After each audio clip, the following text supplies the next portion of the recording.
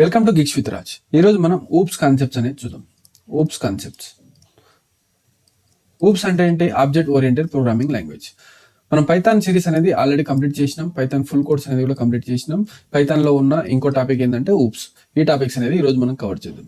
మన టాపిక్స్ ఏమేమి కవర్ చేస్తామంటే introduction of object oriented programming language with examples, real world examples తోటి మనం అనేది ఊప్స్ కాన్సెప్ట్ని ఎక్స్ప్లెనేషన్ చేస్తాము.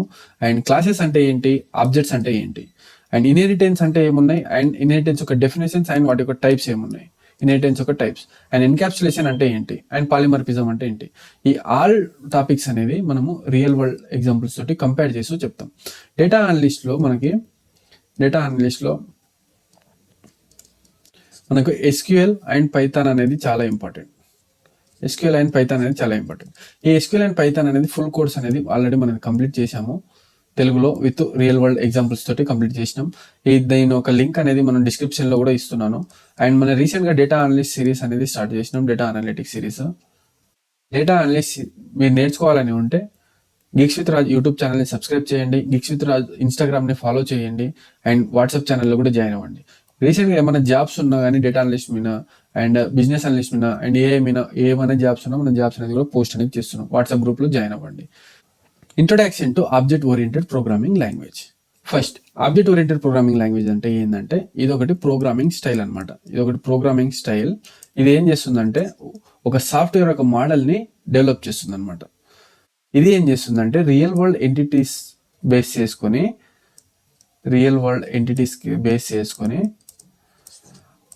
ఆ సాఫ్ట్వేర్ అనేది మోడల్స్ చేస్తుంది, ఆ సాఫ్ట్వేర్ అనేది బిల్డ్ చేస్తుంది. ఆ వేలో ఆ మోడల్స్లో బిల్డ్ చేసేదానికి మనం ఊప్స్ కాన్సెప్ట్స్ అనేది ఇస్తాం.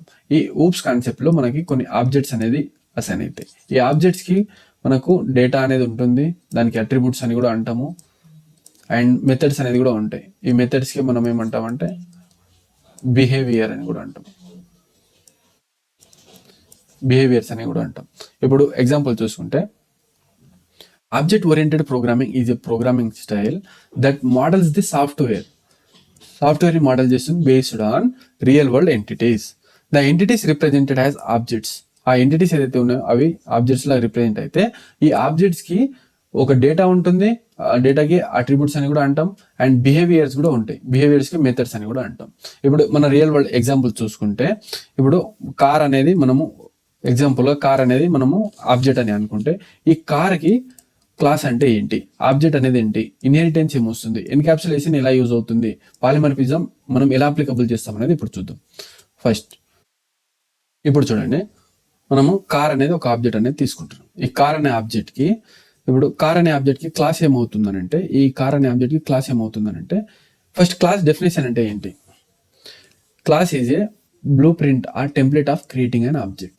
క్లాస్ అంటే ఏంటంటే ఒక ఆబ్జెక్ట్కి బ్లూ ప్రింట్ ఇచ్చేదే క్లాస్ అనమాట. ఆబ్జెక్ట్ అంటే ఏంటి? Instance of A class with actual values. Inheritance అంటే ఏంటి? The mechanism that derives a new class from and existing one. ఇది కూడా నేను ఎక్స్ప్లెయిన్ చేస్తాను. ఎన్కాప్సులేషన్ అంటే ఏంటి? Hiding internal data, exposing what you actually required. Polymorphism అంటే ఏంటి? మోర్ దెన్ వన్ ఫామ్ ఉన్నది పాలిమర్ఫిజం.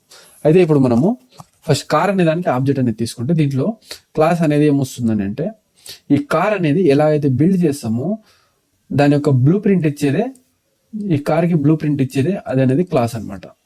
ఈ కార్కి మనం ఎలా డిజైన్ చేయాలి, ఏం చేయాలి అనే ఒక బ్లూ ప్రింట్ ఇస్తుంది, అది క్లాస్ అనమాట. దీనికి ఆబ్జెక్ట్ ఎలా వస్తుందని అంటే ఈ కార్లో ఉన్న కొన్ని స్పెసిఫికేషన్స్ ఉంటాయి కదా, స్పెసిఫిక్ కార్స్. ఈ కార్లో ఈ కార్లో ఉన్న కొన్ని స్పెసిఫిక్ రిక్వైర్మెంట్స్ అనేది ఉంటాయి కదా, red Honda city, blue BMW, ఇలా కొన్ని స్పెసిఫిక్ కార్స్ ఉంటాయి కదా, అది ఆబ్జెక్ట్ కిందకి పోతుంది అనమాట. ఇప్పుడు ఇన్హెరిటెన్స్ అనేది చూస్తే ఈ కార్లో మనము ఎన్ని విధాల కార్స్ ఉంటాయి? ఫస్ట్ ఎలక్ట్రిక్ కార్స్ అనేది ఉంటాయి, అండ్ పెట్రోల్ కార్స్ ఉంటాయి, అండ్ డీజిల్ కార్స్ కూడా ఉంటాయి. Electric cars, petrol cars and diesel cars అనేది ఉంటాయి. అయితే ఇన్హెరిటెన్స్ అనేది ఇప్పుడు కార్ని మనం పేరెంట్ క్లాస్ అని అనుకుంటే, కార్కి పేరెంట్ క్లాస్ అని అనుకుంటే ఈ పేరెంట్ క్లాస్ నుంచి వచ్చేదే ఇవి చైల్డ్ క్లాస్ అనమాట. Electric car, petrol car and diesel car. అప్పుడు మనము ఈ ఎలక్ట్రిక్ కార్ అనేది మనకు చైల్డ్ క్లాస్ అనేది అవుతుంది. అప్పుడు పేరెంట్ క్లాస్ నుంచి ఈ ఎలక్ట్రిక్ కార్ అనేది చైల్డ్ కార్ ఇన్హెరిట్ అవుతుంది అనమాట. అందుకోసం అని చెప్పి దీనికి ఇన్హెరిటెన్స్ అని అంటాం. మీకు అర్థమైందా? అయితే ఇప్పుడు ఇక్కడ ఈ ఎలక్ట్రిక్ కార్ అనేది ఈ కార్ అన్న పేరెంట్ క్లాస్ నుంచి వాటి యొక్క ఫీచర్స్, కొన్ని ఫీచర్స్ అనేది ఉంటాయి కదా కార్లో ఉన్న ఫీచర్స్, ఈ ఫీచర్స్ అనేది ఇన్హెరిట్ అనేది చేసుకుంటుంది అనమాట ఈ ఎలక్ట్రిక్ కార్ అనేది. కానీ దానంతా అది దాని సొంతంగా ఓన్ ఫీచర్స్ అనేది సపరేట్గా కూడా ఉంటుంది అనమాట. అది కూడా యూనిక్ గానే ఉంటుంది. అది ఇన్హెరిటెన్స్ అని అంటారు. అదే ఎన్క్యాప్సులేషన్ అంటే ఏంటి?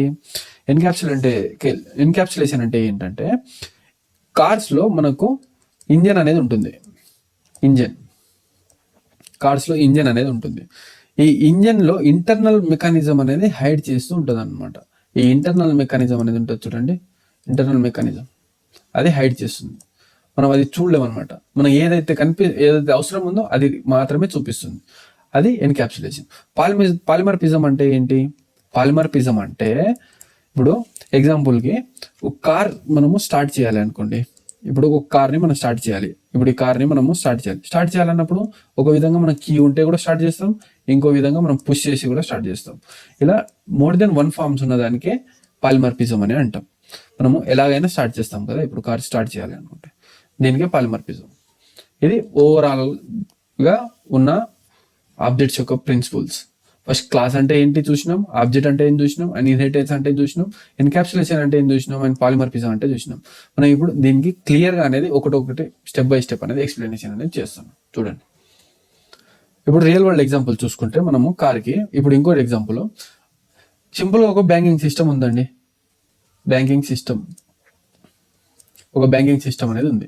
ఈ బ్యాంకింగ్ సిస్టమ్కి మనకు ఇప్పుడు క్లాస్ అనేది కావాలి.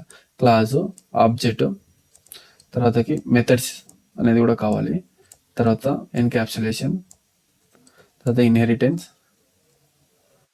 అండ్ తర్వాతకి పాలిమర్పిజం. ఇది మనం కావాల్సింది. అయితే మనం బ్యాంకింగ్ సిస్టంలో మనకి ఏమేమి రిక్వైర్ అయి ఉంటుంది? అకౌంట్ అనేది కావాలా, తర్వాతకి మనకు ఎవరిది యూజర్ నేమ్ అనేది కూడా కావాలా, తర్వాత అది ఏ విధంగా సేవింగ్ అకౌంటా అండ్ కరెంట్ అకౌంటా అనేది కూడా ఉంటుంది. తర్వాత మనకి ఏముంటుంది, పిన్ నెంబర్ అనేది సెట్ చేసుకోవాల్సి ఉంటుంది, బ్యాలెన్స్ అనేది కూడా చూసుకోవాల్సి ఉంటుంది, అండ్ డిపాజిట్ అండ్ బ్యాలెన్స్ అనేది ఇవన్నీ కూడా ఉంటుంది, డిపాజిట్ అండ్ బ్యాలెన్స్.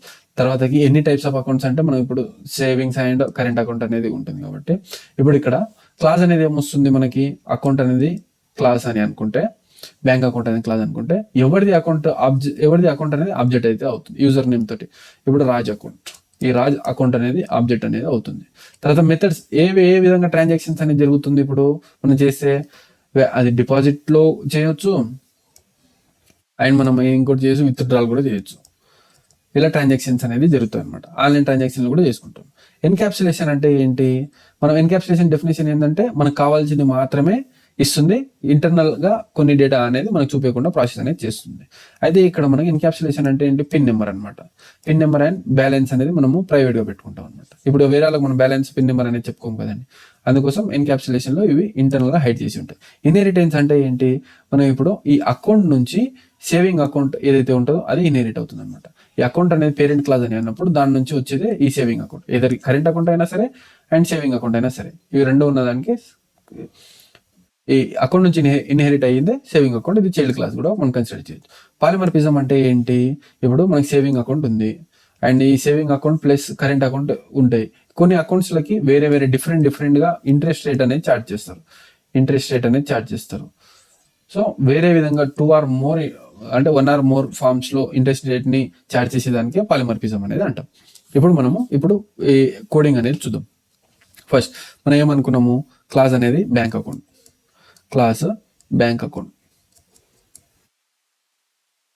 ఈ బ్యాంక్ అకౌంట్ అని అనుకుంటే, ఈ బ్యాంక్ అకౌంట్ కి మనం ఇప్పుడు డిఫైన్ ఇనిట్ సెల్ఫ్. ఈ సెల్ఫ్ అనేది ఎందుకు రాస్తామని అంటే, మనము దీనికి సెల్ఫ్ గురించి నేను ముందుగా చెప్తాను మీకు. ఈ సెల్ఫ్ అనేది ఎందుకు రాస్తాము, ఈ ఇనిట్ ఫంక్షన్ అనేది ఎందుకు రాస్తాము, ఈ సెల్ఫ్ అనేది ఎందుకు రాస్తాము అనేది ముందుగా చెప్తాను మీకు. తర్వాత సెల్ఫ్ రాసిన తర్వాత హోల్డర్ నేమ్ అండ్ బ్యాలెన్స్, మనం ఈ 3 తీసుకున్నాం అనమాట. ఇప్పుడు ఈ దాంట్లో మనం self dot holder name equal to holder name, మనం ఈ సెల్ఫ్ డాట్ హోల్డర్ నేమ్ కి ఈ హోల్డర్ నేమ్ కి అసైన్ చేస్తున్నాం. మళ్ళీ ఇంకోటి బ్యాలెన్స్ కి కూడా సేమ్ అలాగే.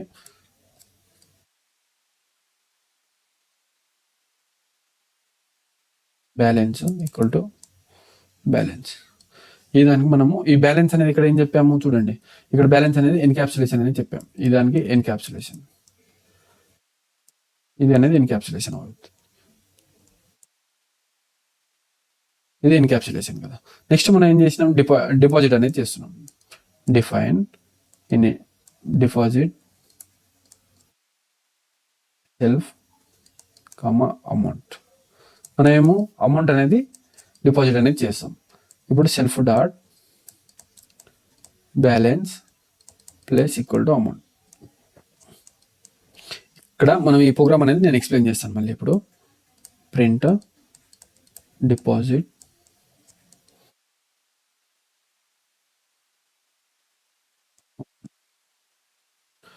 Next define show balance. మనం ఏదైతే డిపాజిట్ చేసామో ఆ డిపాజిట్ చేసిన అమౌంట్ అనేది చూపించడానికి మనం ఇచ్చి రాస్తున్నాం అన్నమాట.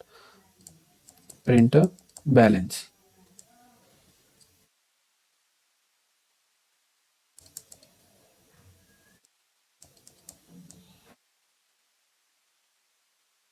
ఇది అనేది ఇచ్చాం. ఇప్పుడు మనం ఆబ్జెక్ట్ అనేది క్రియేట్ చేద్దాం. ఇక్కడ ఆబ్జెక్ట్ అనేది క్రియేట్ చేయాలి.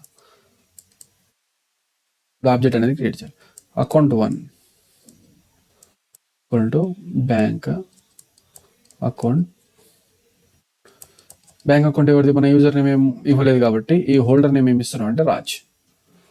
ఈ ఆబ్జెక్ట్లో మనం పేరు అనేది ఇస్తున్నాం. ఎంత డిపాజిట్ చేస్తున్నాం, 1000 రూపీస్ అనేది మనం డిపాజిట్. బ్యాలెన్స్ అనేది ఎంత ఉన్నాయి, 1000 రూపీస్ బ్యాలెన్స్ ఉన్నాయి. And next account number 1 equal to deposit equal com dot deposit 500. తర్వాత అకౌంట్ డాట్ షో బ్యాలెన్స్ అనమాట. ఇప్పుడు ఇక్కడ చూడండి, ఫస్ట్ మనం ఏం చేసినాం, క్లాస్ అనేది బ్యాంక్ అకౌంట్ అనేది తీసుకున్నాం. ఈ బ్యాంక్ అకౌంట్కి మనము డిఫైన్ ఇప్పుడు ఇనిట్ ఫంక్షన్ యూస్ చేసి సెల్ఫ్ ఫంక్షన్ యూస్ చేసి మన account holder name and balance అనేది ఇచ్చాం ఇక్కడ. అయితే సెల్ఫ్ డాట్ హోల్డర్ నేమ్కి హోల్డర్ నేమ్ అనేది అసైన్ చేసినాం, సెల్ఫ్ డాట్ బ్యాలెన్స్కి బ్యాలెన్స్ అనేది అసైన్ చేసినాం. అయితే మనం ఇప్పుడు అమౌంట్ అనేది డిపాజిట్ అనేది చేయాలి. ఈ డిపాజిట్ చేసిన అమౌంట్ అనేది మనం ఈ బ్యాలెన్స్లో యాడ్ చేస్తున్నాం. ఇప్పుడు సెల్ఫ్ డాట్ ఇది double hyphen balance plus equal to amount. ఏదైతే మనం అమౌంట్ అనేది ఇప్పుడు డిపాజిట్ అనేది చేస్తామో ఈ బ్యాలెన్స్లో అనేది యాడ్ అనేది అవ్వాలి. అందుకోసం అని చెప్పి అమౌంట్ ఏదైతే డిపాజిట్ అయితే అయ్యిందో అది డిపాజిటెడ్ అని చెప్పి చూపించాలా. ఎంత అమౌంట్ అనేది కూడా చూపించాలన్నమాట. ఇప్పుడు ఎంత అమౌంట్, ఈ అమౌంట్ అనేది ఎంత ఉందనేది కూడా చూపించాలి. డిపాజిట్ చేసింది. Then show balance self. అయితే ఇక్కడ బ్యాలెన్స్ అనేది మనం డిపాజిట్ చేసాం కదా, అయితే ఇక్కడ బ్యాలెన్స్ అనేది చూపించమని చెప్పి ఇక్కడ అడుగుతున్నాం అనమాట. ఈ బ్యాలెన్స్ అమౌంట్ అనేది ఏదైతే ఉందో ఈ బ్యాలెన్స్ అనే దానికి చూపించమని చెప్తున్నాం. అయితే ఇప్పుడు ఆబ్జెక్ట్ అనేది క్రియేట్ చేసాం కదా, ఈ ఆబ్జెక్ట్లో మనం ఏం చేసినాం, బ్యాంక్ అకౌంట్ పేరు ఏమి ఇచ్చాం, రాజ్ అని ఇచ్చాం. బ్యాలెన్స్ ఎంత ఉంది, 1000 రూపీస్ ఉందని చెప్పాం. ఇక్కడ బ్యాలెన్స్ అనేది 1000 రూపీస్ ఉన్నది. ఈ అకౌంట్ హోల్డర్ నేమ్ ఏమో అసైన్ చేసినాం, ఏమని రాజ్ అని చేసినాం. అయితే తర్వాతకి ఇక్కడ మన అమౌంట్ అనేది డిపాజిట్ చేయాలన్నాం కదా, ఈ డిపాజిట్ చేయాల్సిన అమౌంట్ అనేది 500 అనేది డిపాజిట్ అనేది చేసినాం. ఇక్కడ 500 అనే అమౌంట్ అనేది డిపాజిట్ చేసినప్పుడు అప్పుడు తర్వాతకి మనకు ఎంత బ్యాలెన్స్ ఉందనేది చూపించాలి. అయితే ఇప్పుడు 1000 రూపీస్ ఉన్నది, తర్వాత 500 డిపాజిట్ చేసాం కాబట్టి మనకి ఎంత చూపిస్తుంది అంటే బ్యాలెన్స్ అనేది 1500 ఉందంటూ చూపిస్తుంది అనమాట. ఇది మనకు real world object oriented program language కి ఎగ్జాంపుల్ అనమాట.